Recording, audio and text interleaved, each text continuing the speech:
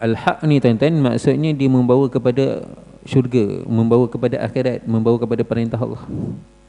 Lawan kepada hak ni tuan-tuan, dibawa kepada dunia. Sabar ni tuan-tuan, dia mengajak kepada ketaatan, mengajak kepada sunnah, mengajak kepada ittiba'ud Nabi sallallahu alaihi wasallam. Itu sabar. Lawan kepada sabar ni tuan-tuan, dia mengajak kepada apa? Lawan kepada perintah Allah, lawan kepada sunnah baginda Nabi sallallahu alaihi wasallam. Dia mengajak kepada pemusuhan. Kalau dia circle yang macam ini tuan-tuan, pergaulan yang macam ini dia dah keluar. Kadang-kadang setengah ni tuan-tuan, bagus dah ajakan baik, tapi dia amal soleh tak ada. Amal sebaliknya. Ini pun kena berhati-hati juga. Kadang-kadang tuan-tuan, amal soleh dah betul lah, keimanan tak betul. Terhadap kepada tahap keimanan ni, bawa dia tak betul. Ini pun kena menjauhkan diri. Ini maknanya bila dia meninggalkan amalan salaf asal mereka, serta tidak lagi berpegang kepada jalan yang diwarisi daripada para salaf yang saleh, maka kedudukan seseorang mujtahid dan murid yang berusaha dalam ibadah terhadap mereka adalah sama seperti kedudukan terhadap orang lain pada umumnya. Maka kalau begini, kumpulannya sebegini, maka samalah keadaannya macam orang-orang biasa. Kan dah nampak kumpulan ni, nampak macam bagus. Kan hari ni TV3 dia tunjuk cerita bid'ah. Ada tengok? Tak tengok pun. Duk lalu video dia dekat media sosialnya, selalu dah nampak cerita bid'ah. Benda cerita-cerita yang macam ni tuan-tuan, nampak macam bagus, tapi sebenarnya tak patut. Dia buat fitnah.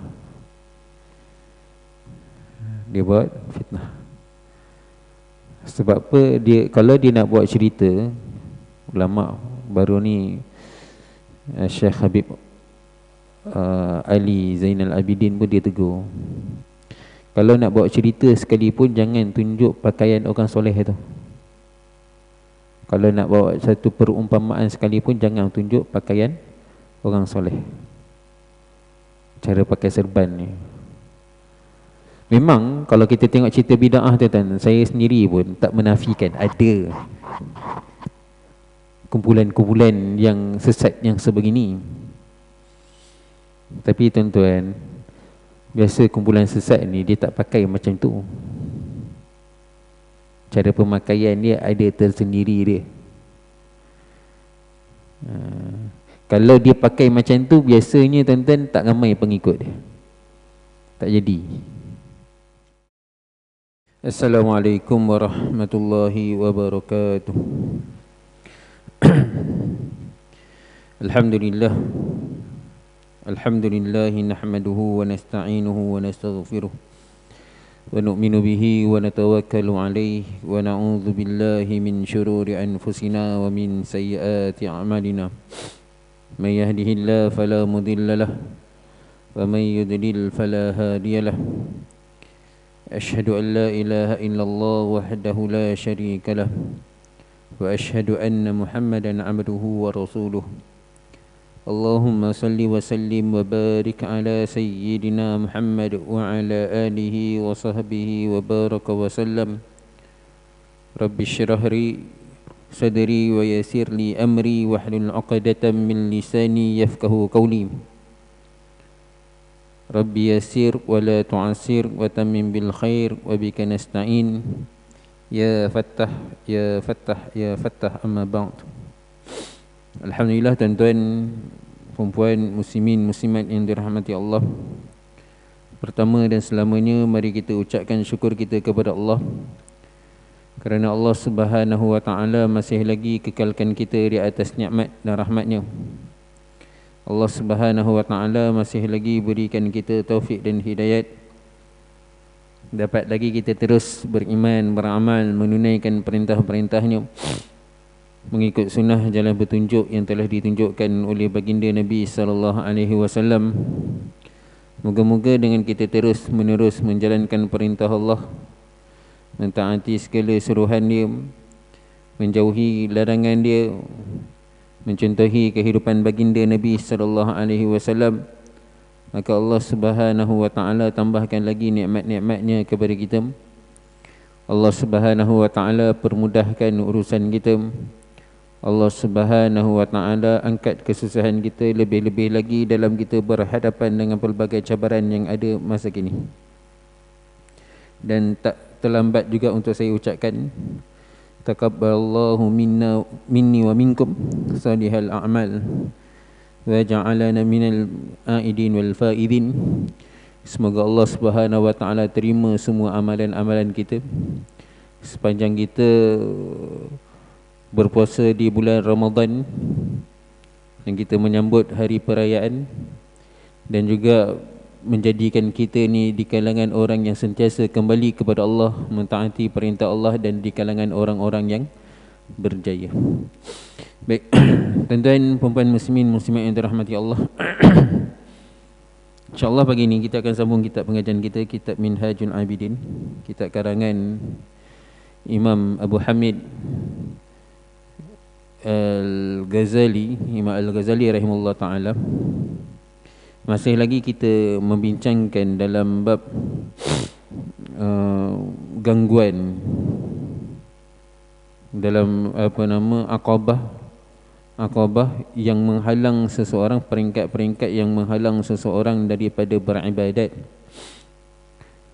Kata Imam Al-Ghazali rahimahullah ta'ala, ada 4 penghalang utama dalam seseorang itu beribadat kepada Allah Subhanahu wa taala. Yang pertama dunia, kedua manusia, makhluk ataupun manusia yang talih, manusia yang jahat, ketiga syaitan, dan keempat penghalang paling besar bagi seseorang dalam beribadat adalah nafsu. Mengenai dunia kita dah jelaskan sebelum ni. Moga Allah Subhanahu wa taala berikan kepada kita kekuatan untuk menghindari dunia. Jauhkan diri daripada cinta dunia. Kan, dunia ada keperluannya. Kan, jalan yang terbaik ni ya kita tinggalkan terus. Untuk kita dapat menjalankan perintah Allah, jalan yang terbaik adalah kita tinggalkan terus dunia. Kan, pernah ada istilah kan di kalangan ahli tasawuf, meninggal sebelum meninggal dunia sebelum dia meninggal. Jadi tuan-tuan muslimin yang dirahmati Allah, jalan terbaik ini dia tinggalkan. Jadi sekurang-kurangnya apa yang disarankan oleh Al-Imam Al-Ghazali rahimahullah ta'ala adalah dia mengurangkan ataupun dia meninggalkan langsung cinta kepada dunia. Kalau ada, dibuangkan. Dunia yang ada itu digunakan hanya sekadar dengan keperluan. Kemudian tuan-tuan muslimin yang dirahmati Allah, kita bincangkan tentang bab dalam bahagian tentang manusia yang toleh, manusia jahat, makhluk yang akan mengganggu dalam seseorang itu beribadat kepada Allah Subhanahu wa taala. Maka saranan awal daripada Al-Imam Al-Ghazali rahimahullah ta'ala adalah manusia-manusia yang jahat ni dia akan mengganggu, menyebabkan seseorang ni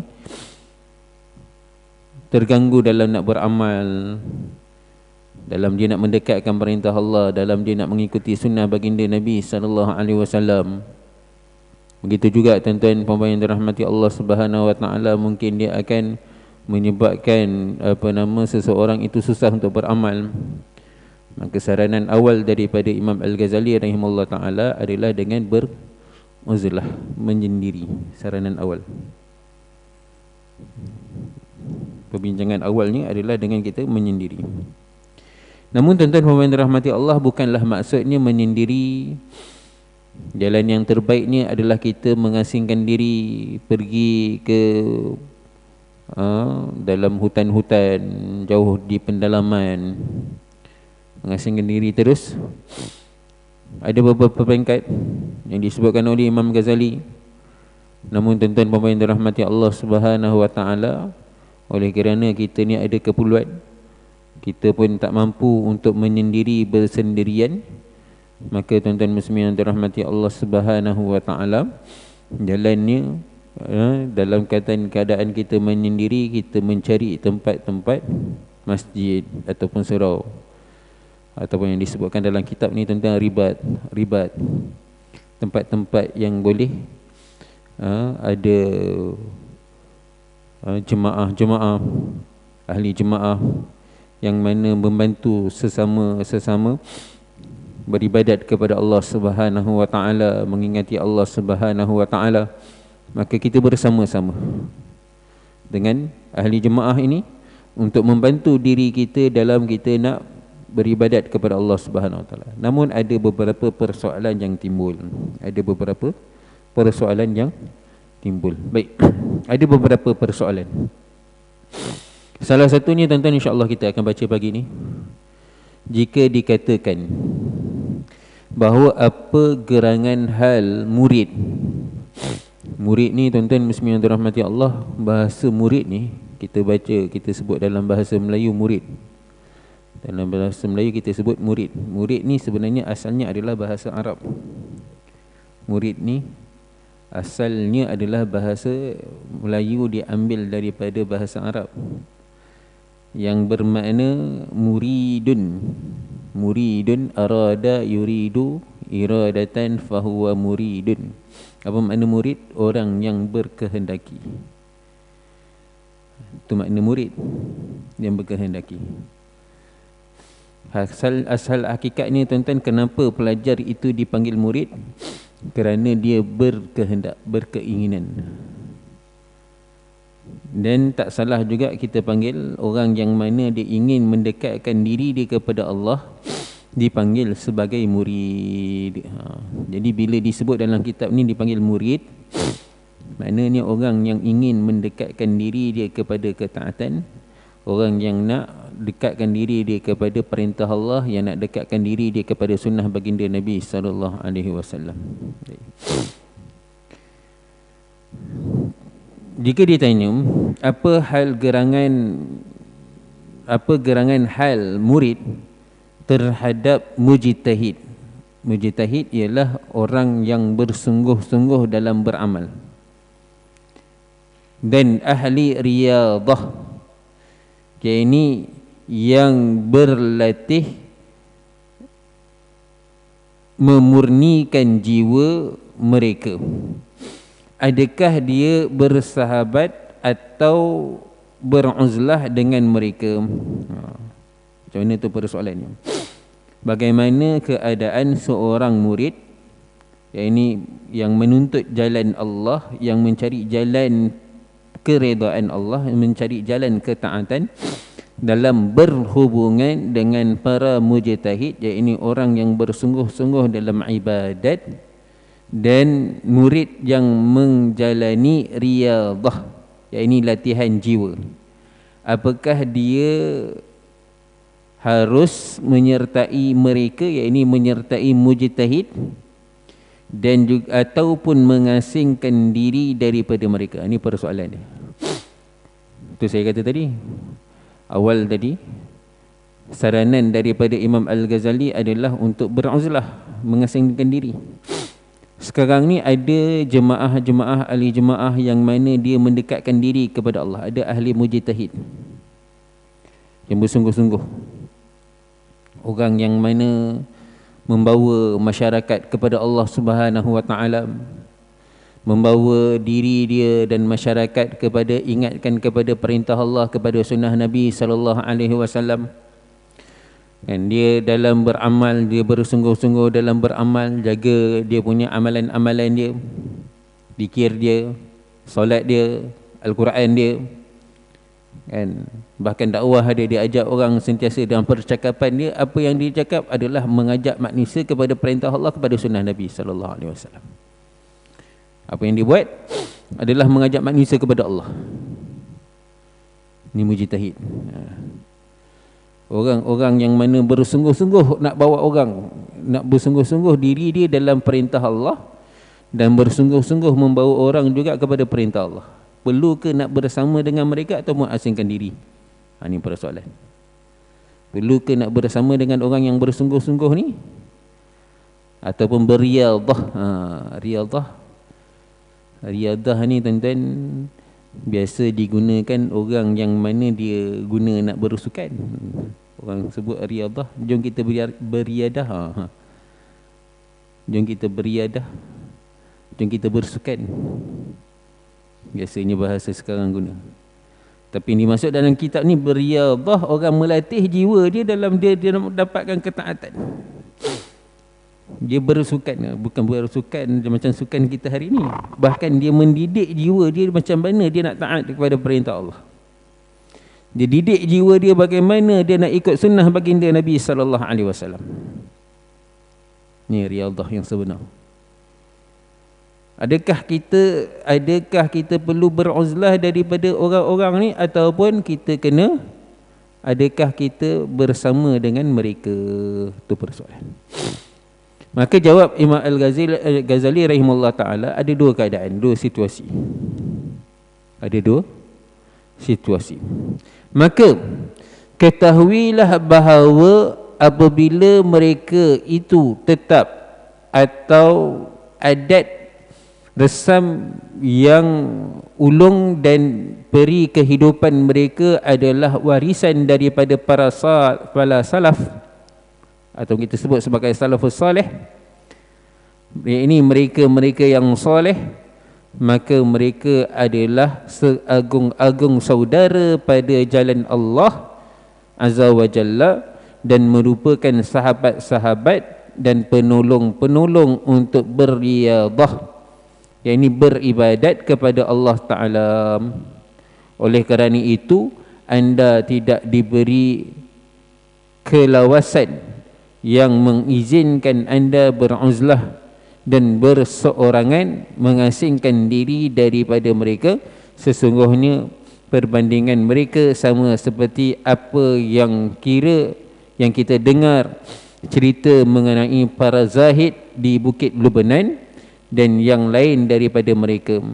Ceritanya bahawa ada daripada kalangan mereka kumpulan-kumpulan yang tolong menolong atas kebajikan dan takwa, serta saling berpesan-pesan dengan mengamalkan kebenaran dan kesabaran.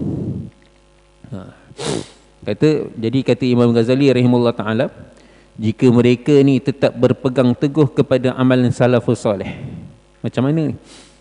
Adi Mujtahid ni kena tengok juga dia pegang amalan dia bagaimana.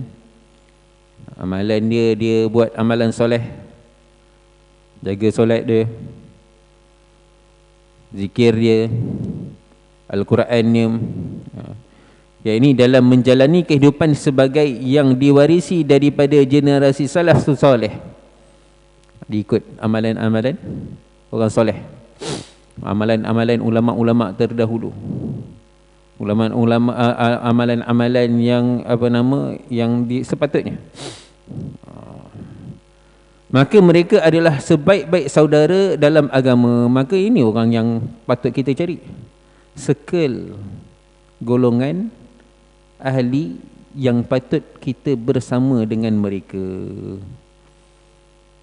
Ni ahli jemaah yang macam mana ni? Tengok ahli jemaah ni kan, dia jaga amal dia, solat dia, zikir dia, Al-Quran dia, Masya Allah.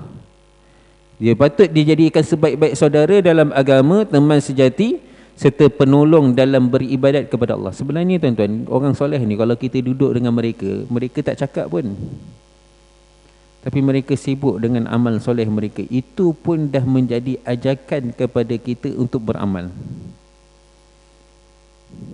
Kan? Kadang-kadang pakaian dia pun Masya Allah, dia pakai jubah, dia pakai serban. Perwatakan dia pun dah cukup menjadi satu dakwah, satu ajakan untuk kita ni pun jadi semangat nak beramal. Suasana tu, suasana ni perlunya keadaan kita yang lemah ni tuan-tuan mencari suasana. Teman sejati. Ini teman sejati dia.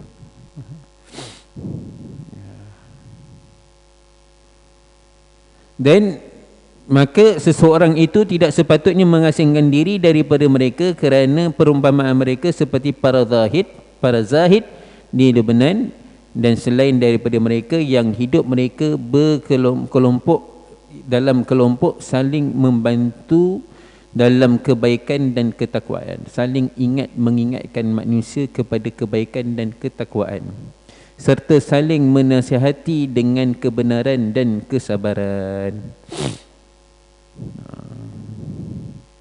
Ulama bagi tahu, ulama cerita surah Al-Asr, wal asr innal insana lafi khusr. Demi masa Allah Ta'ala bersumpah dengan masa. Innal insana lafi khusr. Sesungguhnya manusia ni berada dalam kerugian. Sesungguhnya manusia berada dalam kerugian. Illal ladzina amanu wa aminus salihati wa tawasaw bil haqqi wa tawasaw bis sabr. Melainkan orang-orang yang mana dia beriman, beramal dan dia berpesan-pesan kepada kebaikan, kepada hak, dan juga berpesan-pesan kepada kesabaran. 4 perkara. 2 perkara. Maaf, 3 perkara. Orang nak selamat, tuan-tuan, orang yang mana dia tidak berada dalam kerugian ni, tuan-tuan, 3 perkara dia ada. Dia beriman, dia beramal, dan dia berpesan-pesan, mengingati. Orang yang ada 3 perkara ni, tuan-tuan, jangan kita tinggalkan dia. Kita kena bersama dengan dia. Dia ni beriman, dia ni beramal, dan juga dia ni watawasaw bil haq, watawasaw bis sabr. Mengajak kepada kebaikan dan mengajak kepada kesabaran. Dakwah. Dia jumpa orang yang macam ini, tuan-tuan, puan-puan muslimin muslimat yang dirahmati Allah, ini teman sejati. Akan membantu kita dalam kita nak beramal. Bahkan kita kena jadi begitu. Nak selamat daripada kesengsaraan dunia, nak selamat daripada kesengsaraan akhirat yang lebih besar lagi, 3 perkara. Beriman, beramal, dan berpesan-pesan kepada kebaikan dan kesabaran. Ini skill yang kita kena ada, suasana yang kita kena ada. Tak cukup, sebenarnya ulama kata, tuan-tuan, tak cukup hanya 1 perkara sahaja daripada 3 ni. Tak cukup satu orang tu hanya beriman sahaja, tak cukup. Dia masih lagi dalam kerugian. Ataupun tak cukup hanya dia beramal soleh sahaja, masih lagi dalam kerugian. Dia buat amal soleh tapi dia tak pesan-pesan, tak ingat. Dan juga tak cukup kalau dia hanya berpesan-pesan sahaja tapi dia tak ada beramal, tak ada keimanan. 3 perkara ni kena ada. Salah satu tak memadai. Ini yang dikatakan amal soleh ni. Ini yang dikatakan amal salaf. Salaf terdahulu dia mesti ada 3 perkara.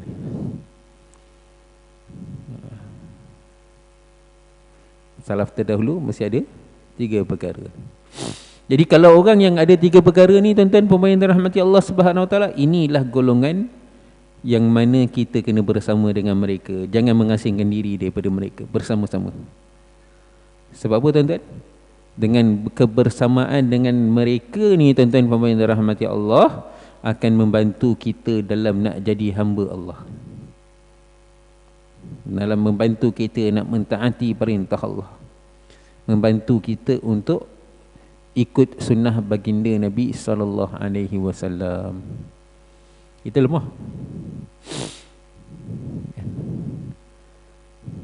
Kita tak boleh nak menyendiri seorang-seorang je.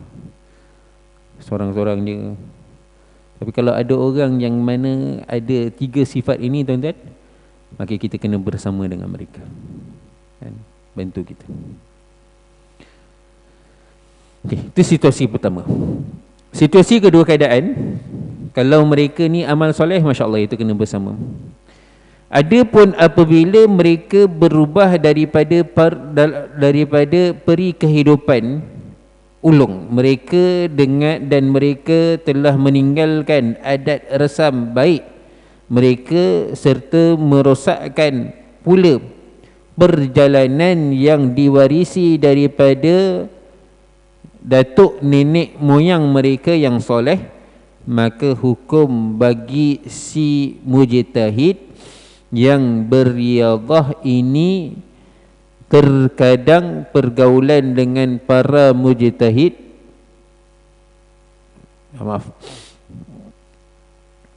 maka hukum bagi si mujtahid yang berriyadhah ini terhadang pergaulan dengan para mujtahid dan ahli riyadhah yang lain adalah sama hukumnya seperti pergaulan dengan orang-orang yang bukan para mujtahid dan ahli riyadhah, iaitu si mujtahid itu wajib melazimkan dirinya berada di sudut rumahnya, tidak bercampur gaul dengan mereka dalam urusan biasa, dan wajib dia menahan lidahnya, dan tetapi hendaklah dia menyertai mereka dalam perkara-perkara kebaikan dan menjauhi mereka dalam hal-hal lain. Begitu juga dalam perkara-perkara kebinasaan mereka. Begitu juga dalam perkara-perkara kebiasaan mereka.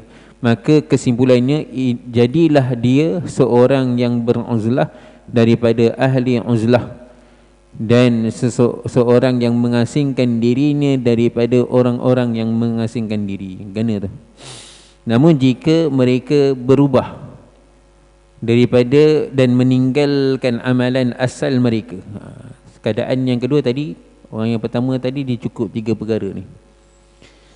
Orang yang keadaan yang kedua ni dia tak cukup. Kadang-kadang tuan-tuan muslimin yang dirahmati Allah, dia tak berpesan-pesan. Kadang-kadang dia berlawanan. Kalau dia berpesan-pesan pun dia lebih kepada berpesan kepada pendustaan, ataupun berpesan-pesan kepada lawan kepada kesabaran, amarah. Ada juga. Ada setengahnya tuan-tuan, maaf saya sebut tuan-tuan, Masya Allah, beriman, beramal, tapi dalam sudut dia tuan-tuan, dia mengajak kepada apa dia? Pergaduhan, perpecahan. Dia mengajak kepada dia mengajak kepada pendustaan. Ini kita kena jauh. Ini pun bahaya juga. Al-haq ni tuan-tuan, maksudnya dia membawa kepada syurga, membawa kepada akhirat, membawa kepada perintah Allah. Lawan kepada hak ni tuan-tuan, dibawa kepada dunia. Sabar ni tuan-tuan, dia mengajak kepada ketaatan, mengajak kepada sunnah, mengajak kepada ittiba'ud Nabi sallallahu alaihi wasallam. Itu sabar. Lawan kepada sabar ni tuan-tuan, dia mengajak kepada apa? Lawan kepada perintah Allah, lawan kepada sunnah baginda Nabi sallallahu alaihi wasallam. Dia mengajak kepada pemusuhan. Kalau dia circle yang macam ini tuan-tuan, pergaulan yang macam ini dia dah keluar. Kadang-kadang setengah ni tuan-tuan, bagus dah ajakan baik, tapi dia amal soleh tak ada. Amal sebaliknya. Ini pun kena berhati-hati juga. Kadang-kadang tuan-tuan, amal soleh dah betul lah, keimanan tak betul. Terhadap pada tahap keimanan ni bawa dia tak betul. Ini pun kena menjauhkan diri. Ini maknanya bila dia meninggalkan amalan salaf asal mereka, serta tidak lagi berpegang kepada jalan yang diwarisi daripada para salaf yang saleh, maka kedudukan seseorang mujtahid dan murid yang berusaha dalam ibadah terhadap mereka adalah sama seperti kedudukan terhadap orang lain pada umumnya. Maka kalau begini, kumpulannya sebegini, maka samalah keadaannya macam orang-orang biasa. Kan dah nampak kumpulan ni, nampak macam bagus. Kan, kan hari ni TV3 dia tunjuk cerita bid'ah. Ada tengok? Tak tengok pun. Duk lalu video dia dekat media sosialnya, selalu dah nampak cerita bid'ah. Benda cerita-cerita yang macam ni tuan-tuan, nampak macam bagus, tapi sebenarnya tak patut. Dia buat fitnah.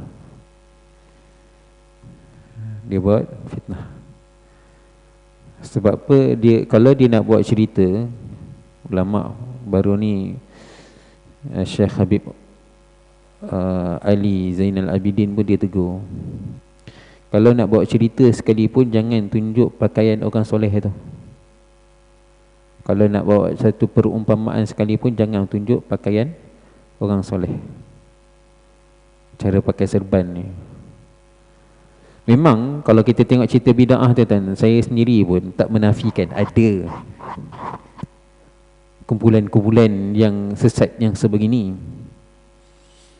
Tapi tuan-tuan, biasa kumpulan sesat ni dia tak pakai macam tu. Cara pemakaian dia ada tersendiri dia.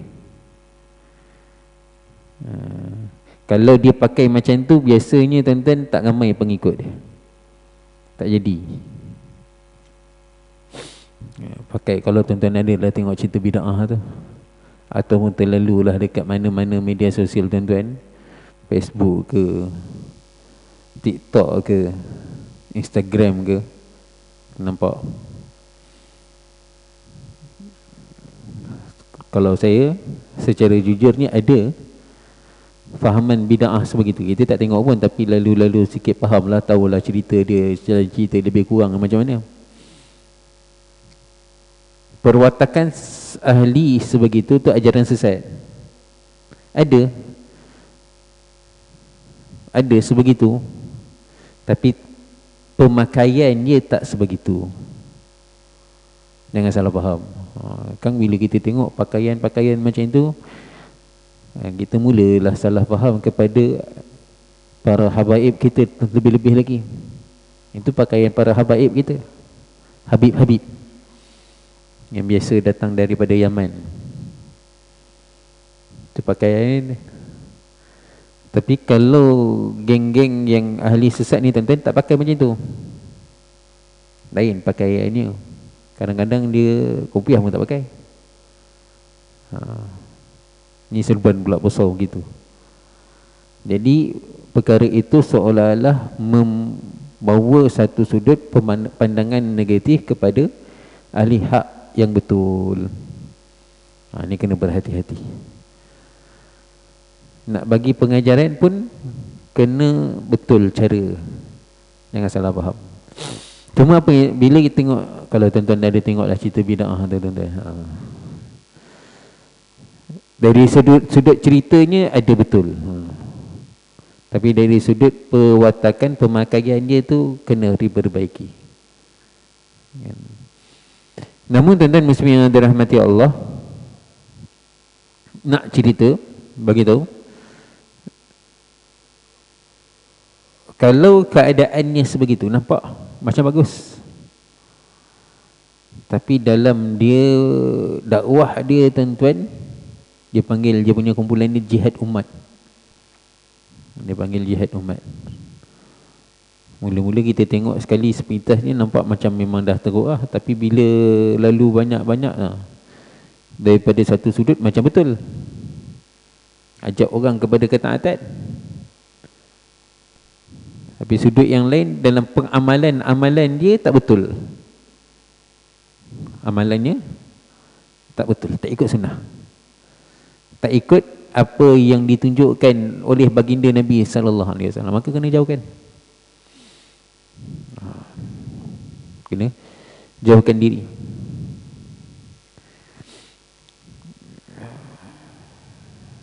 Maka kena jauhkan, sama macam orang biasa. Kerana apa tuan-tuan? Dia boleh merosakkan kita juga. Lagi-lagi kalau dia membawa kepada ketauhidan yang tidak benar, lagi kena jauhkan. Dalam keadaan ini dia hendaklah menetapkan di sudut khalwatnya, menyendirinya, menjaga lisannya serta tetap menyertai mereka dalam hal-hal kebaikan, tetapi menjauhkan diri daripada keburukan dan penyimpangan mereka. Benda baik bersama, tak apa. Ini kena tahulah. Tapi benda-benda yang menyimpang, benda-benda yang tak betul kena jauhkan. Kan? Kalau benda tu baik, boleh nak bersama, bolehlah nak menyertai. Bila kita kata benda-benda menyimpang hari ni tuan-tuan, macam-macam. Raya pula, Allah Akbar, macam-macam trend dibuat. Saya mula-mula duk lalu-lalu dalam media sosialnya, orang kata duk marah. Banyaklah tengok komen-komen, status daripada kawan-kawan ni tentang menari nak minta duit raya. Saya pun tak tahu menari macam mana. Dah lama sikit, semalam baru nampak video dia macam menari tu. Pula buat satu trend baru, nak minta duit raya kena menari dulu. Sebenarnya trend-trend ni tuan-tuan bukan baru raya kali ni. Semenjak ada media sosial ni, lebih-lebih TikTok lah. Itu sebab saya kata TikTok ni haram. Kalau tanya saya, awal penyertaan saya ni, TikTok ni haram. Saya kata, sebab apa haram? Kerana dia mengajar satu trend yang boleh merosakkan anak-anak muda kita terutamanya. Kejap ada satu tarian TikTok ni. Dulu ada tarian monyet tu. Dia menghilangkan rasa malu seseorang. Nak buat trending ni, orang hilang rasa malu. Yang sedihnya tuan-tuan, puan-puan yang dirahmati Allah, orang yang mana kita kata lebih menyedihkan hari ini, mereka yang berperwatakan ahli soleh, perwatakan pakai pakaian soleh, tapi berwatak menghilangkan rasa malunya dengan melakukan perkara-perkara yang berlawanan dengan sunnah. Ini sangat menyedihkan. Buat pula tarian gitu, buat tarian ini ikut trend. Ini keadaan berlaku. Dan perkara ini tuan-tuan juga berlaku juga di kalangan ahli-ahli soleh yang dianggap soleh. Saya akan kata ahli soleh itu yang soleh betul, yang dianggap soleh. Maka kalau berlaku yang macam ini, jauhkan diri. Tapi kalau dia mengajak kepada kebaikan, boleh kita nak ambil kebaikan dia, ikut kebaikan dia, ambil kebaikan dia. Dengan cara ini, dia menjadi orang yang mengasingkan diri dalam kalangan ahli uzlah dan menyendiri dalam kalangan orang yang menyendiri. Tengok ni orang soleh. Sebenarnya orang soleh ni dia tak bersamalah dengan orang-orang dunia. Tapi tengok orang soleh pun nak bersama dengan orang soleh pun kena tapis lagi. Itu kena berhati-hati. Walau bagaimanapun tuan-tuan, keadaan itu perlukan dengan ilmu juga. Perlukan ilmu. Dia tak boleh kita rasa akal kita semata-mata. Bahkan perlukan dengan ilmu. Kadang-kadang kita rasa baik, okey je, tak ada apa-apa pun, boleh je, tak ada apa-apa, okey je, kita je, kita dengan family je, dia kata. Kalau family je lah. Tapi kenapa diviralkan? Kenapa ditunjukkan? Banyak. Jadi tuan-tuan puan-puan dirahmati Allah Subhanahu Wa Taala, tujuan utamanya, hakikat asalnya tuan-tuan, kita nak beribadat kepada Allah. Apa maksud ibadat? Apa kehendak daripada beribadat? Ialah kita nak melakukan ketaatan, menjalankan perintah Allah, mengikuti sunnah Nabi sallallahu alaihi wasallam. Itu maksud ibadat. Maka kita kena cari suasana yang boleh membawa kita kepada ibadat ini. Tapi kalau ada suasana yang menyimpang daripada jalan ketakwaan ini, jalan kebenaran, jalan kesabaran ni tuan-tuan, maka kita kena elakkan diri kita, kena berhati-hati. Tu saya kata tadi, kita perlu ada ilmu. Sebab tu kita kena duduk dalam majlis-majlis ilmu yang betul lah. Supaya apa? Kita tahu mana jalan yang betul, jalan ketaatan, dan mana jalan yang menyimpang daripada ketaatan dan sunnah baginda Nabi sallallahu alaihi wasallam. Moga Allah Taala beri kita faham. Jadi tuan-tuan puan-puan yang dirahmati Allah, saya rasa sampai sini saja. Dan moga Allah Taala berikan kita kekuatan untuk terus taat perintah Allah, ikut sunnah Nabi sallallahu alaihi wasallam. Samping tu juga tuan-tuan muslimin yang dirahmati Allah, kita masih lagi dalam mood hari raya. Baru gini, baru beberapa hari lagi, baru dia. Kita masih lagi. Asal hakikatnya tuan-tuan, raya satu hari. Tapi kita di Malaysia telah menjadikan satu istilah raya kan sebulan. Raya sebulan ni kata orang Melayu. Orang Melayu kita, orang Malaysia, wallahualam ataupun beberapa tempat lagi beranggapan raya itu sebulan. Sebenarnya tuan-tuan, hakikatnya raya satu hari. Satu Syawal. Dan hari raya ni tuan-tuan disambut adalah kerana apa? Kerana menyambut kemenangan. Kita dapat menjalankan ibadat selama satu bulan di bulan Ramadan. Indahnya hari raya kita akan dapat keindahan hari raya kita akan perolehi apabila bulan Ramadan itu kita jalankan diri kita, kita menjalankan diri kita dengan keibadatan yang sempurna. Menjalankan keibadatan, menjalankan ketaatan, menjalankan ittiba', mengikuti sunnah Nabi sallallahu alaihi wasallam. Maka hari raya itu kita akan dapat rasa kenikmatannya. Raya satu hari je. Kalau nak raya lagi, kita kata kena sambut puasa 6. Ambil puasa 6. Jadi kita dah boleh mula dah sebenarnya puasa 6. Puasa 6 hari. Raya lagi sekali. Walau bagaimanapun tuan-tuan puan-puan yang dirahmati Allah Subhanahu wa taala, maksud raya kita hari ini tuan-tuan di Malaysia pergi ziarah menziarahi. Kan, kalau kita pergi ziarah-ziarah tuan-tuan, jagalah adab-adab. Jaga adab dalam berziarah. Dalam salah satu sudut perkara yang perlu kita jaga hari ini, saya nampak ramai tak terjaga. Kadang-kadang tu saya kata pentingnya ada ilmu. Kadang-kadang kita anggap dia ni saudara, tapi sebenarnya dia bukan mahram kita. Kan, apa nama, pergaulan di antara lelaki dan wanita lah terutamanya. Saudara, ipaduai, kan, bersalam-salaman. Saya ni kalau orang tua boleh lagi.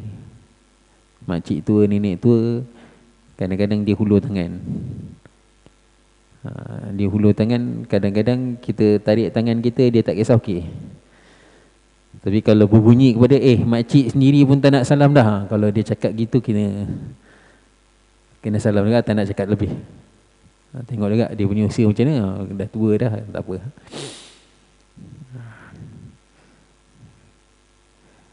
Boleh nak cakap, kita cakap.